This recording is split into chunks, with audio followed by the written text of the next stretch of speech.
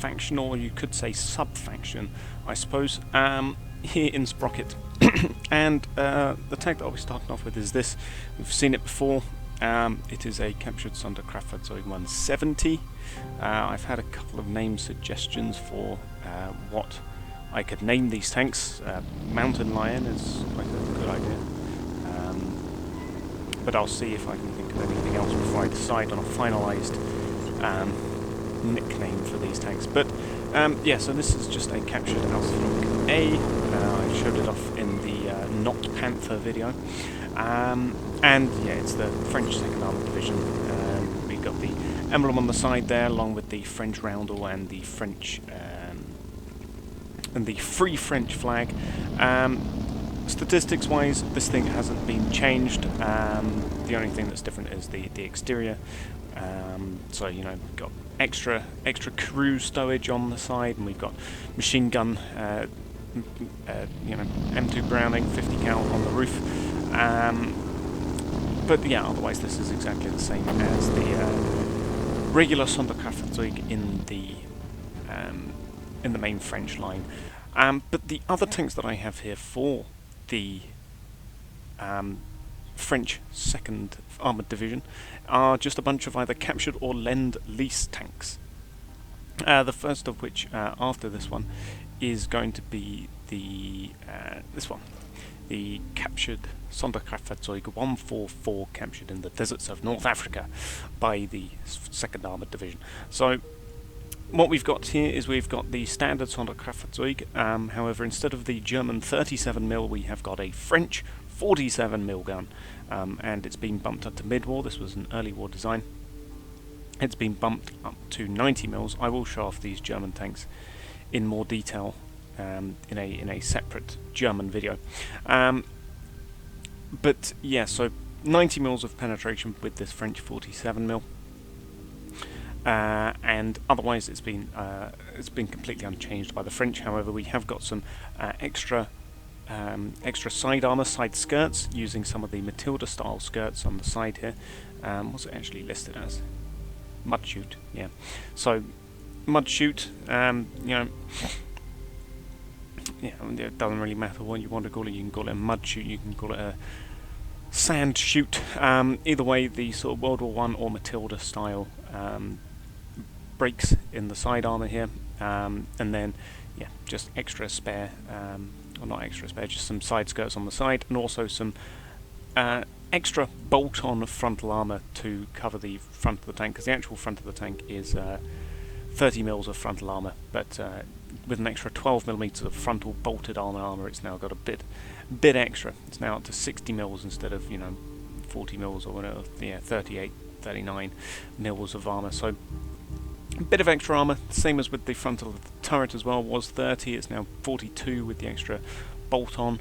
And yeah, we got some more crew stowage on the side as well as some spare track links and spare log as well as you know, the emblem, the roundel, and the Free French flag. So yeah, this is the captured French. French captured Sonderkraftfahrzeug 144, aka sort of like a Panzer III-A, if you can see that. That's what I was sort of going for with this base design. Yeah, 13 miles an hour, which is you know, cavalry tankish.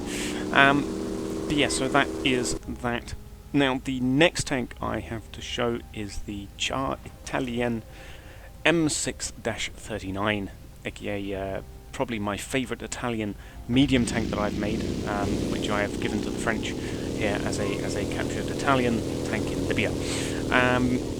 So yeah, it's pretty unchanged from the Italian tank.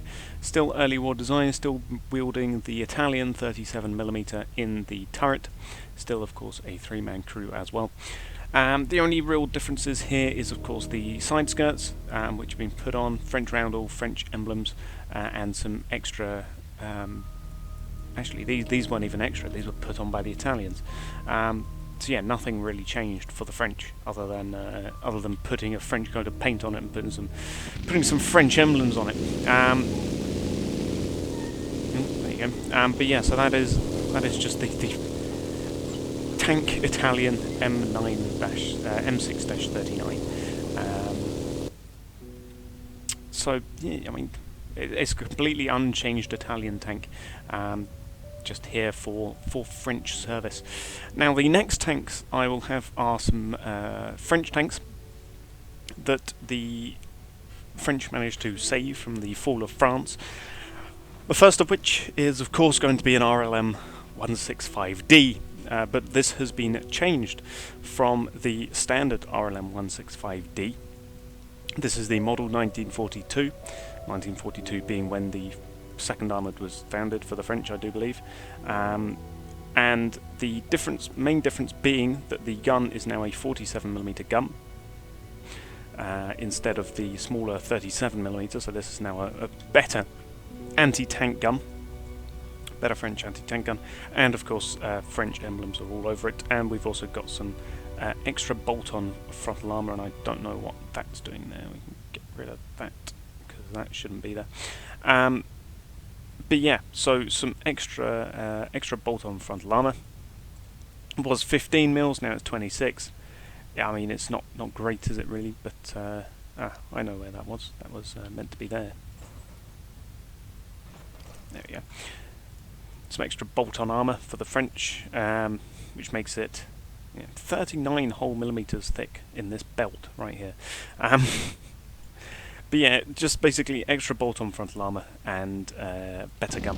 That's the main differences here. And of course, by going into the by bumping this up from an interwar to a mid-war tank, well, armoured car, it now goes a lot faster. It's now a lot more shaky, as you can see the camera. I don't know why the camera's more shaky. I think it's to do with how high the engine revs, but that's what it says the engine can rev up to, so that's what it can rev up to.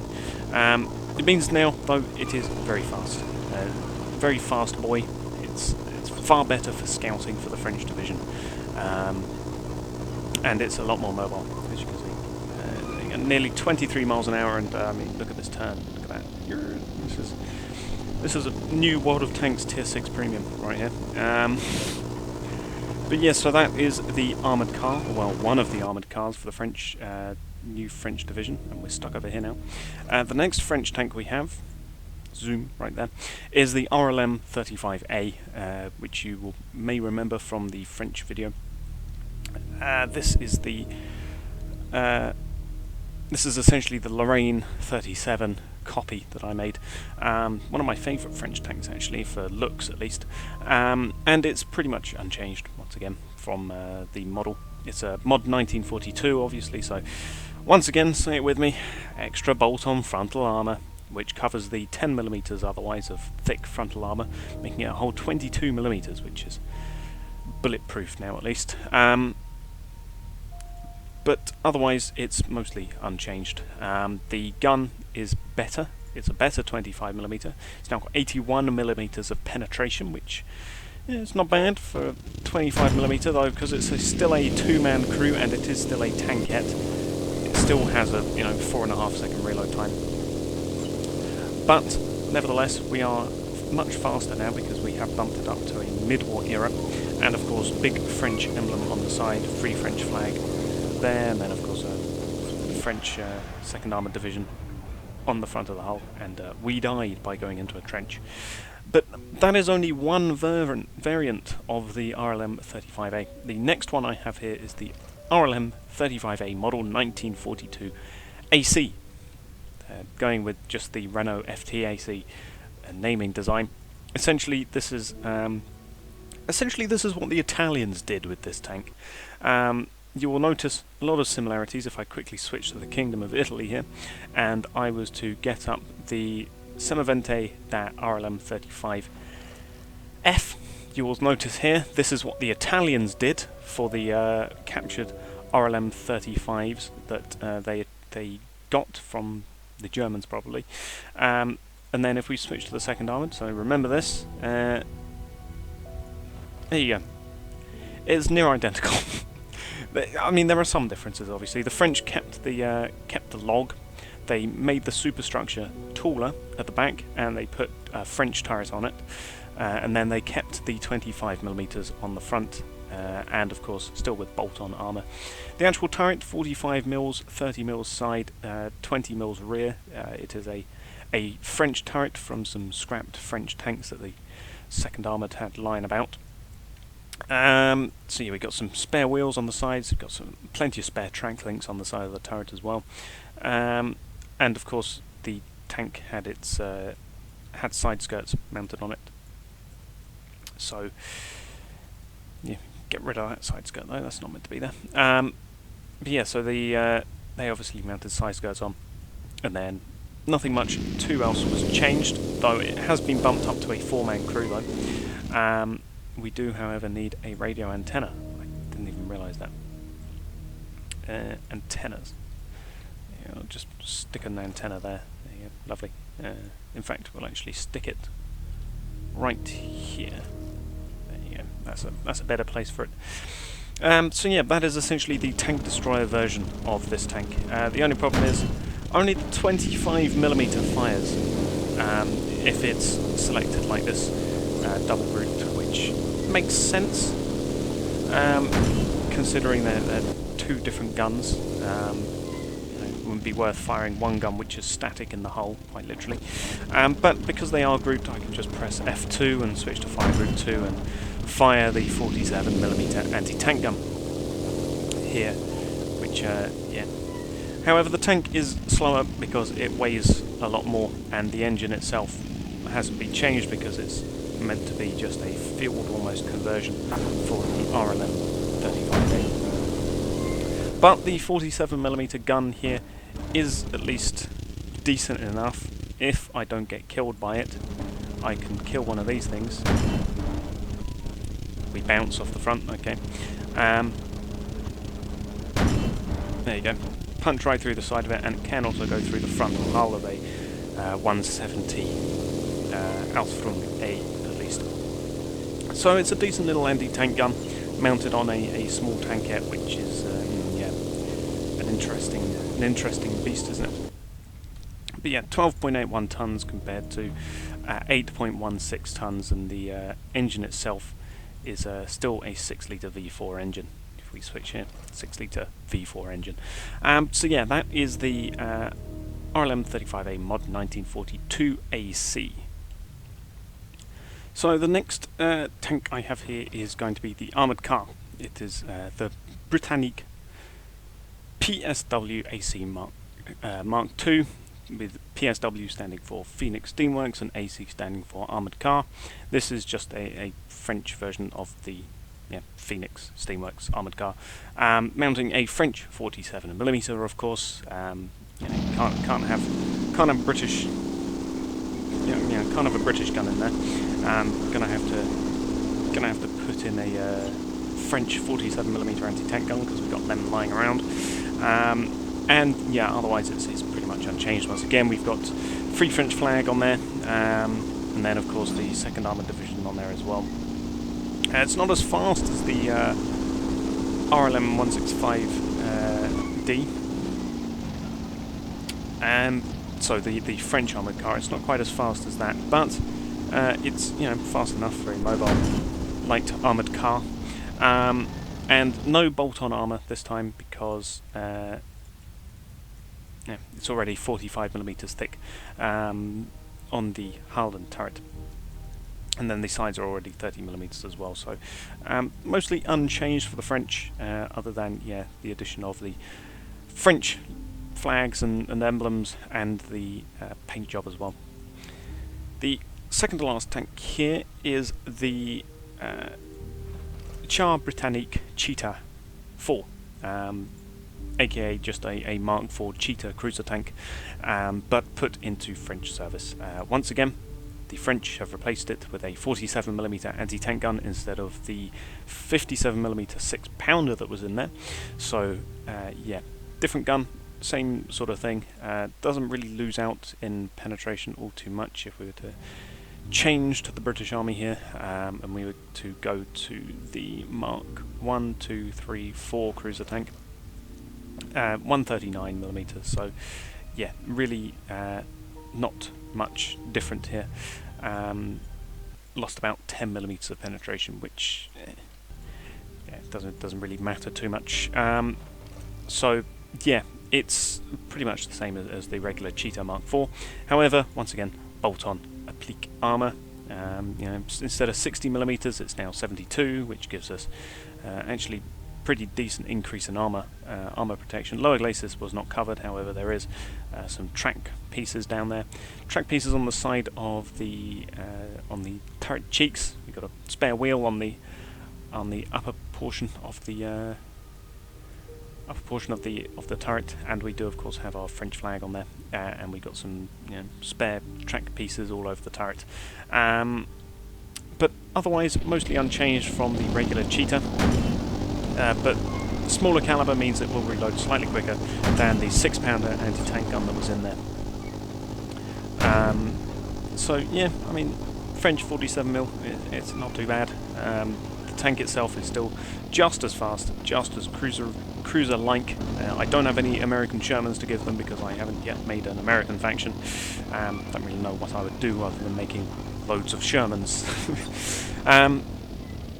But yeah, that is just the French cruiser tank, the French Cheetah Mark IV, giving us surplus Cheetah tanks to the French. It's Lend-lease, and of course equipped with only the finest of French 47mm anti-tank guns in place of the British 6-pounders.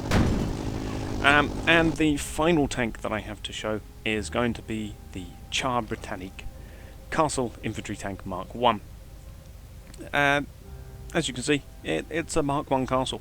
No French gun in here instead, because we've got a 6-pounder mounted in the turret. Here we go, with 158mm of penetration. So easily enough for the French to not warrant replacing the 6-pounder with the 17-pounder with their own gun.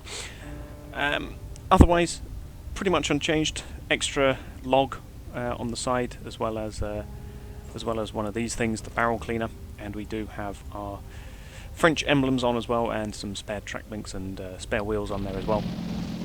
But otherwise, this is the Castle Infantry tank. Also, no frontal bolt-on armour, because it's already 150mm of frontal armour, which is plenty enough to deal with most things, except for when the Not Panther shoots you in the top of the turret.